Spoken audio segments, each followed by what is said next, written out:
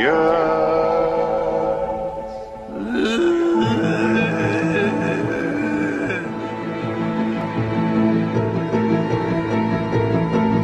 Orpheus.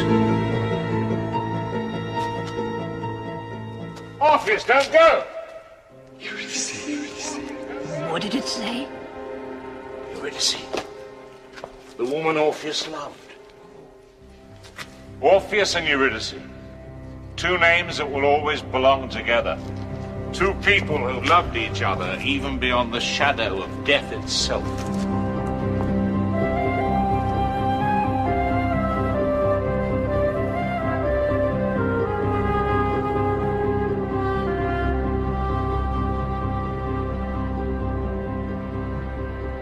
Orpheus was the son of Calliope, one of the 9 muses who sang to the gods on Mount Olympus.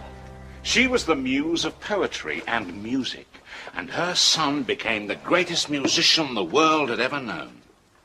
For the sake of his music, Jason took Orpheus on the quest for the Golden Fleece. His lyre could soothe the waves themselves. His lyre? This is a lyre, the lyre of Orpheus. Orpheus had a kingdom in Thrace, in the far north of Greece, where the olive trees are bent by the wind. And when he came home from his travels and was once again among his people, he sat upon the stones at the edge of the forest and played. It was the beginning of spring, but there had been no rain for 2 months.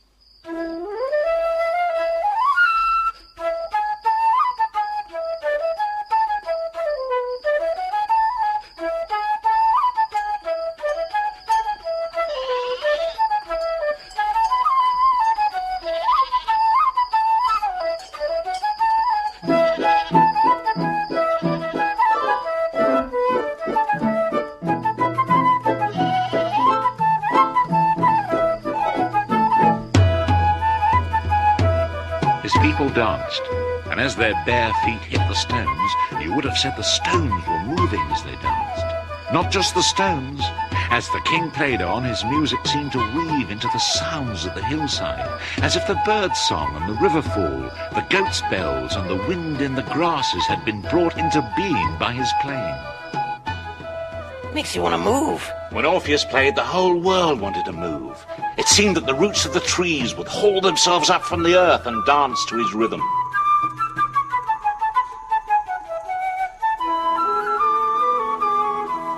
His music gave them new life, for as he played, the rain started to fall. Children tugged at their mother's arms and whispered, "Persephone, Persephone, Persephone," for while they danced, the goddess who dances in the spring came among them. His music stirred the natural world, and the earth's sound spoke to him. One day he was walking in the wilderness beyond the farms, listening to the sound of the wind in the trees.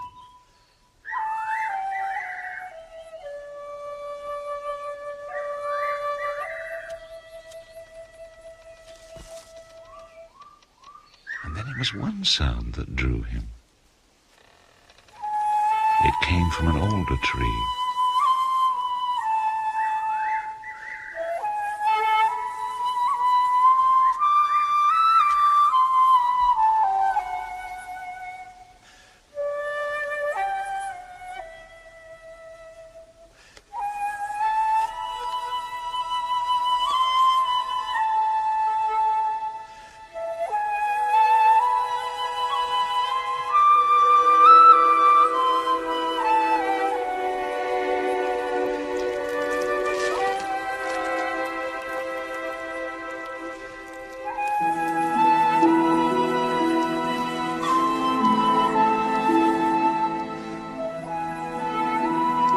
It was the wood nymph, Eurydice, and his music had brought her into the world of men.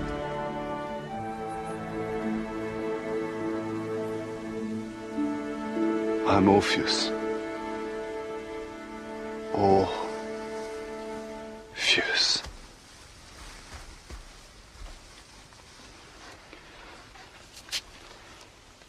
I have sung storms to sleep I have made the clashing rocks move away from our ship. I've been to the end of the world and seen things more terrible, more beautiful than I thought could be. But you... Listen to the silence. Is that what you hear?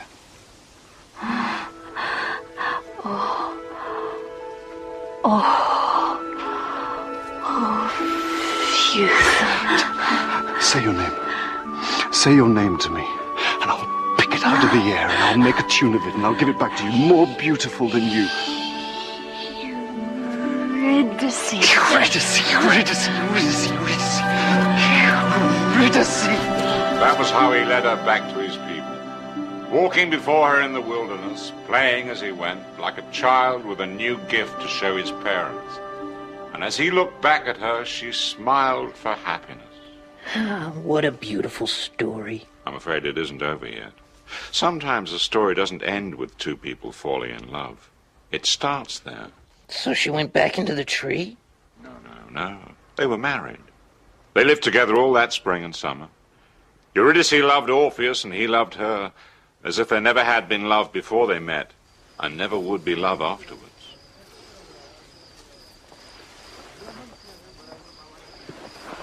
Why are you looking over there? You miss the forest. No. I'm looking towards the trees. Sometimes the wind moves them and I hear noises that call me. The way you did once. Orpheus wanted to keep her away from the untrimmed trees and the ragged depths of the forest because he knew who was there. Who was? Centaurs, fauns, satyrs, creatures given up to pleasure, hairy and unpredictable. Like me. Hairy, anyway. And up there in the forest of Thrace was Aristios himself, who lopes in and out of the deepest woods.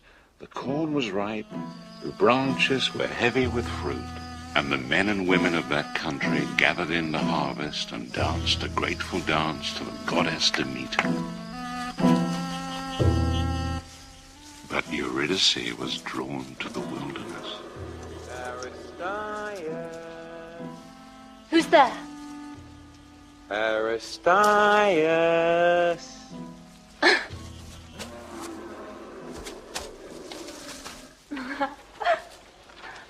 I can see you.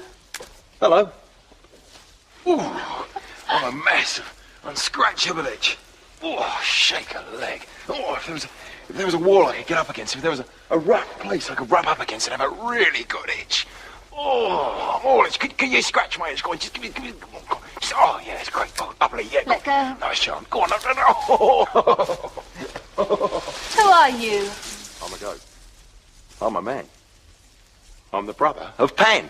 Oh! No! I'm the brother. Oh!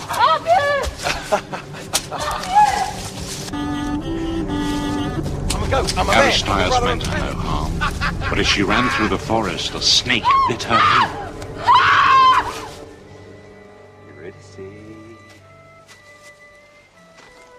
Eurydice? Satyrs understand only pleasure. Eurydice. In the face of pain, they are like children alone in the dark. I'm a goat.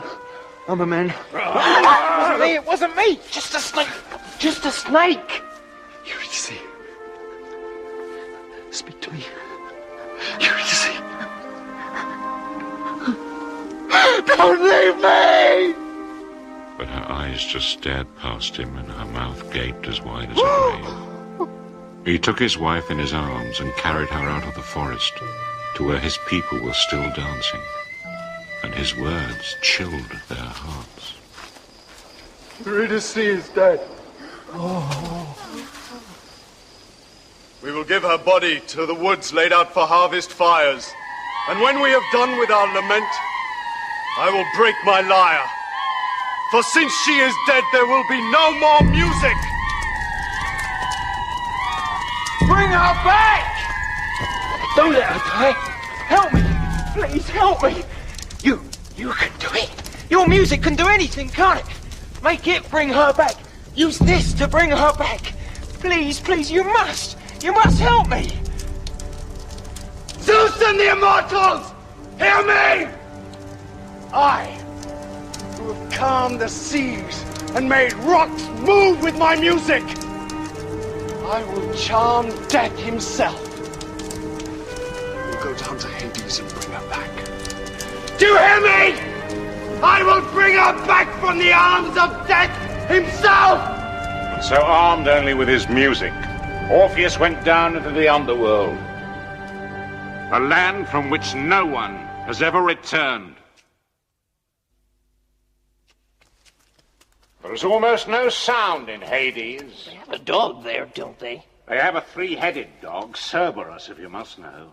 But this isn't a story about dogs. This is the story of Orpheus, who went down into Hades itself to bring back his loved one. He picked his way down towards the river Styx, the river you must cross to reach the underworld. And there below he saw his wife, walking towards Charon, the ferryman of Hades. One oboe.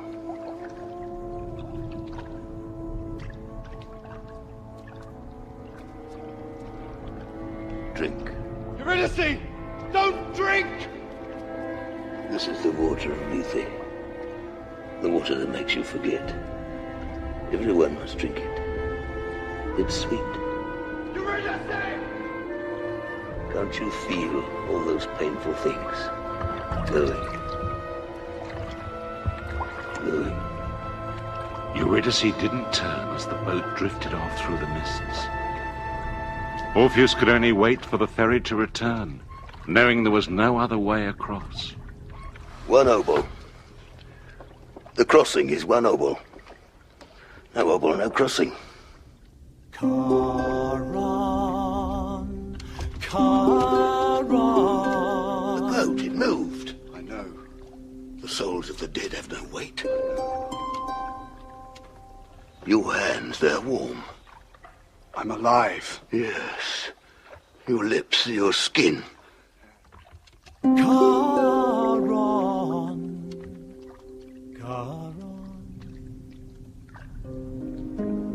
I haven't heard music.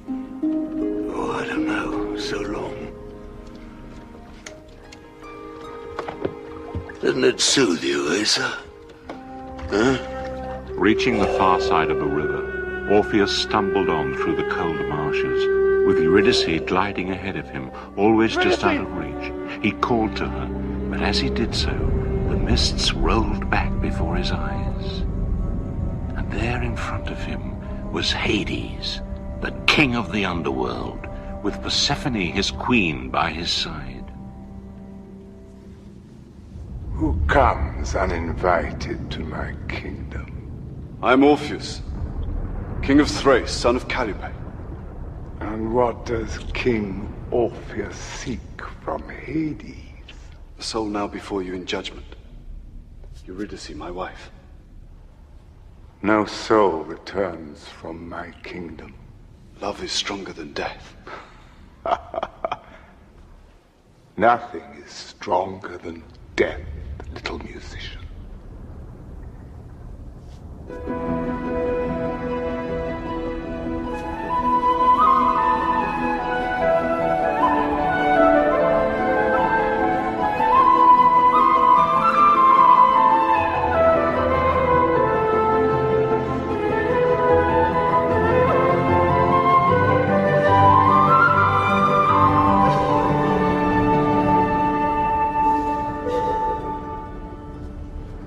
Fear me.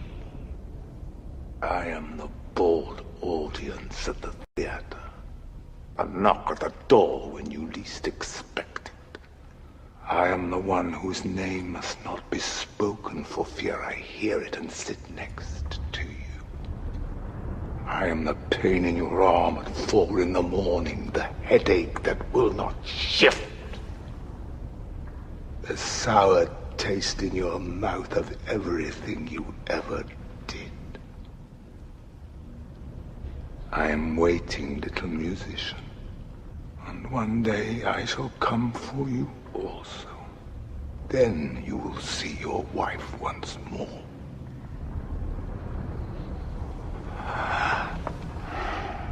But Orpheus would not give up Eurydice. He played again, this time to the queen.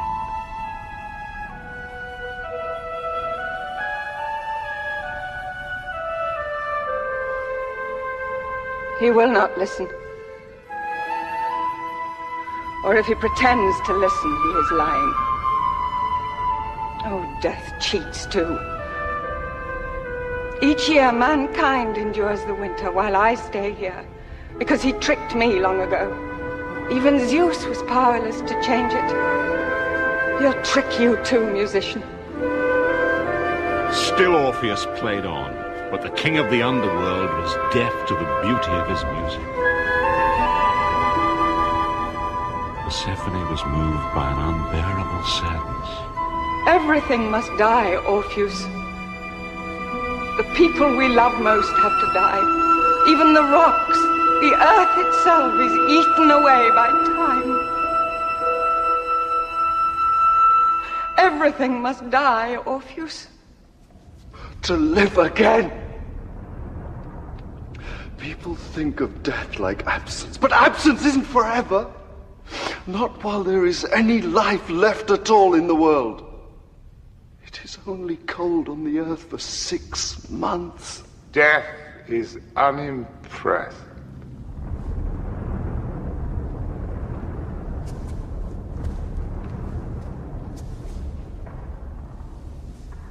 Husband, I pray to you. I am begging you. Give up this soul to Orpheus.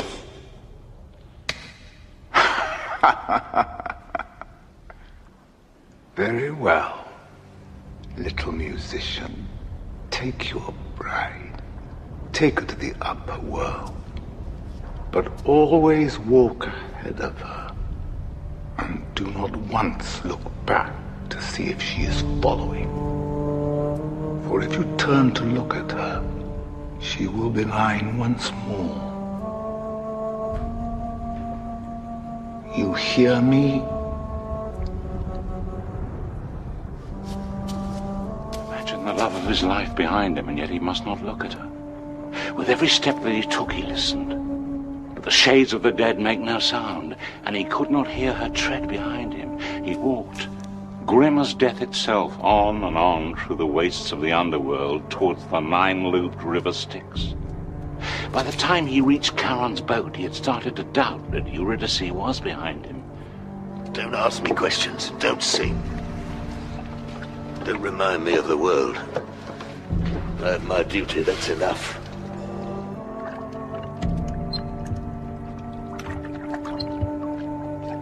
Eurydice, give me a sign. Just breathe. I can't hear you. Don't look round! Oh, how he longed to. How he longed to. As he started up the steep track that leads back to the world's light, he kept his eyes on the ground. He clenched his fists hard and willed himself not to think of her. It wasn't far. Ahead of him, he could see the daylight. If only he could believe that she was behind him. That the silence of her death was not a real silence, but had been redeemed by music. He was almost at the entrance of the cave that leads to Hades, and he could hear the birds singing outside. And they walked out into the sunlight and were happy ever after. They didn't. They didn't. They didn't. It's always just when you think you have things in your grasp that you close your fingers and find they've gone. Because when we're in love, it's our hearts that guide us and betray us all the time. Orpheus could bear it no longer. He turned, and her soul fled back to Hades. He had lost Eurydice forever. Orpheus went out alone. He went back to the land of his people and sat like a man who was dead already. And the women gathered round him.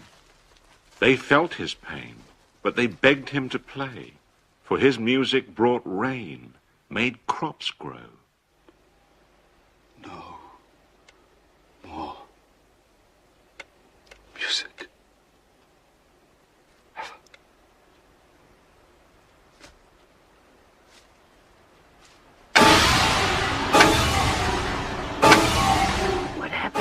If you could have heard that sound, that hateful, ugly sound, a sound that could make women barren, stop love before it started, on and on and on, day after day.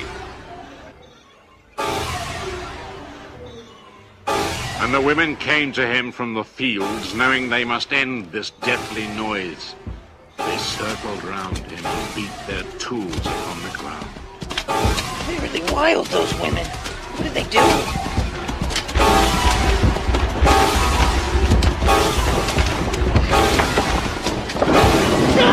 What are they doing to him?